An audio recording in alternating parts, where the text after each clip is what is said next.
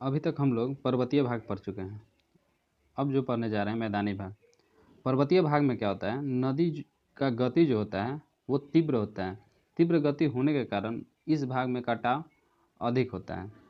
जैसे ही नदी मैदानी भाग में प्रवेश करती है तो उसकी गति धीमी हो जाती है तथा कटाव एवं परिवहन शक्ति भी कम हो जाता है।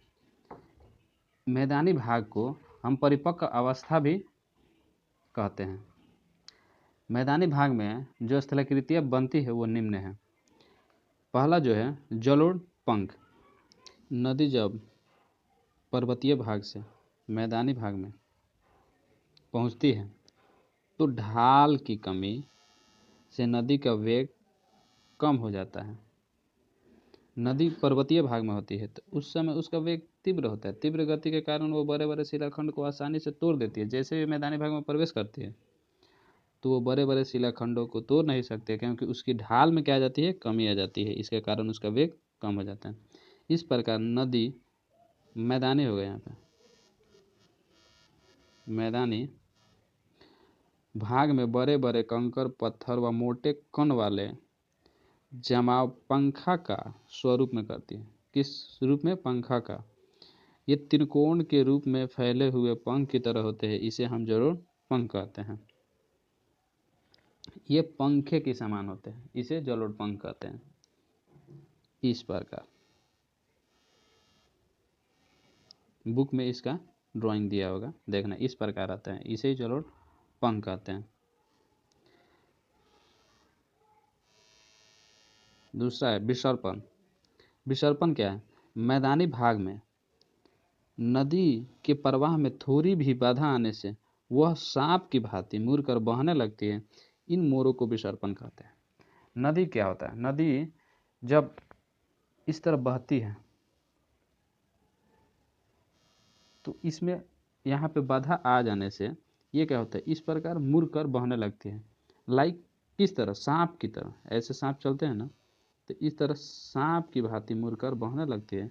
इन मोरों को क्या कहते हैं? विसर्पण कहते हैं। इसका ड्राइंग बुक में दिया है।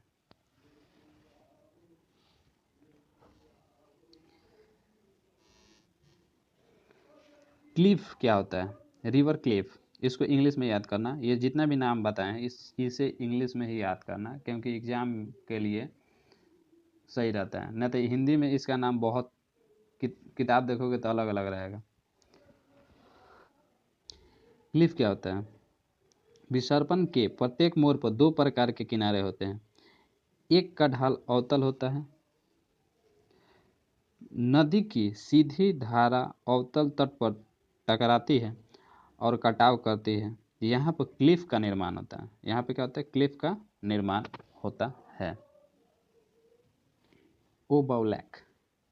विसर्पण बन जाने पर नदी अपने अवतल तट पर बड़े वेग से टकराकर कटाव करती है तथा इन कटे गए पदार्थ को उत्तल तट पर निक्षेपित करती है। अवतल तटीय, उत्तल तटीय यहाँ से काट कर इसमें ले जाकर छोड़ देती है, जिससे मोड़ बढ़ते जाते हैं। बाढ़ में नदी के दोनों मोड़ एक दूसरे के समीप आकर मिल जाते हैं और यह नदी पुनः सीधे बहने लगती है। सीधे धीरे धीरे कटे हुए विसर्पण के सिरे बालू तथा मिट्टी से भर जाते हैं। नदी द्वारा छोड़े गए विसर्पण में पानी स्थिर हो जाता है और वह झील के रूप में बदल जाती है। इस झील को झारन कहते हैं। देखो यहाँ पे नाम क्या आ गया? झारन। यहाँ पे क्या था? गोखुर झील। इसलिए बोलते हैं इंग्लिश इसका नाम याद रखना ये सब का, क्योंकि इनका आकार बैल के खूर के समान होता है। इसका आकार कैसा होता है? बैल के खूर के समान। गोखुर झील का निर्माण अपर्दन, परिवहन तथा निक्षेपण तीनों क्रियाओं द्वारा होता है।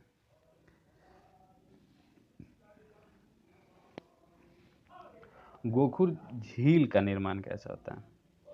देखो, पहले नदी इस प्रकार बहती थी। पहले सीधा बहती थी इस तरह, ठीक। उसके बाद ऐसा हल्का सा हुई, यहाँ पे अवसाद क्या हुआ, जमना शुरू हो गया, यहाँ पे अवसादें जमना शुरू कर दिए। फिर ये अवसादें और बड़े हो गए, ये अवसाद है, इधर से ये अवसाद है। फिर ये अवसाद इतना बड़े हो गए लाइक इस तरह, और ये अवसाद एक समय ऐसा आता है, ये लाल जो है ये पानी है, ये सब इसमें अवसाद है, ये एक समय ऐसा आता है कि यह अवसादें इस तरह कट जाते हैं और नदी इस तरह बहने लगती है।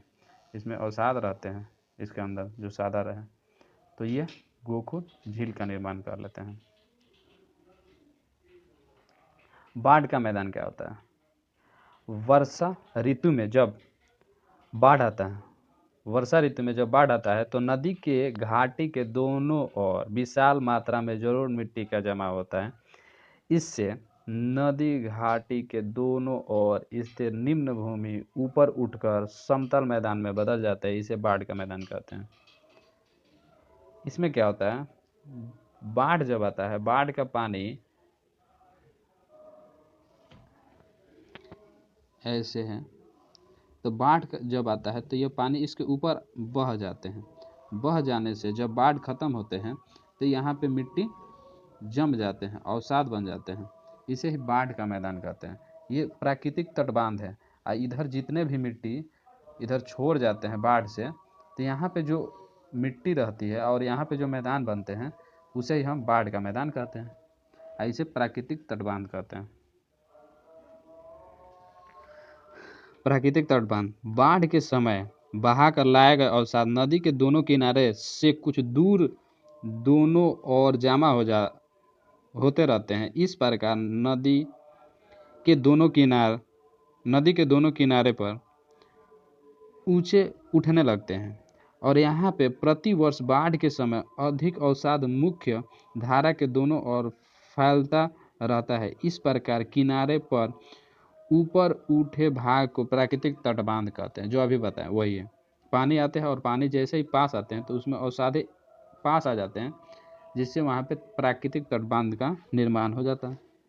एस्चुअरी जो है एग्जाम के लिए इम्पोर्टेंट है, जो बोल रहे हैं सो इम्पोर्टेंट है। जब नदी के मुहाने के पास समुद्र का जल धारा काफी तीव्र रहती है, जब नदी के मुहाने के पास समुद्र की जो धारा है वो तीव्र रहती है, तो मुहाने पर नदी द्वारा जमा जो अवसाद है मुख्य घाटी के धारा के साथ कुछ दूर तक सागर में फैल जाता है। जो एक नदी एक धारा के रूप में सीधे सागर में गिरती है, ऐसे नदी मुख्य को एस्चुअरी या मुहाना कहते हैं।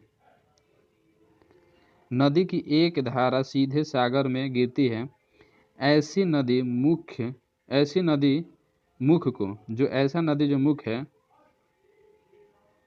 जब नदी के मुहाने के पास समुद्र की जलधारा काफी तीव्र रहती है, तो मुहाने पर नदी द्वारा जमा किया गया अवसाद मुख्य घाटी की धारा के साथ कुछ दूर तक सागर की ओर फैल जाता है, और नदी एक धारा के रूप में सीधे सागर में गिरती है। ऐसे नदी मुख को एस्चुअरी या मुहाना कहते हैं। भारत में नर्मदा ताप्ती नदियाँ डेल्टा का निर्माण न कर के सीधे एस्चुअरी का निर्माण करती हैं। इसका उदाहरण है, ये एग्जाम के लिए इम्पोर्टेंट है। अगला वीडियो डेल्टाई भाग या निम्न भाग पर होगा, और जल्द ही। आप मेरे चैनल पर नए हैं तो सब्सक्राइब करके बेल आइकन को ऑन कर लीजिएगा। चलते हैं, अगले वीडियो में मिलेंगे।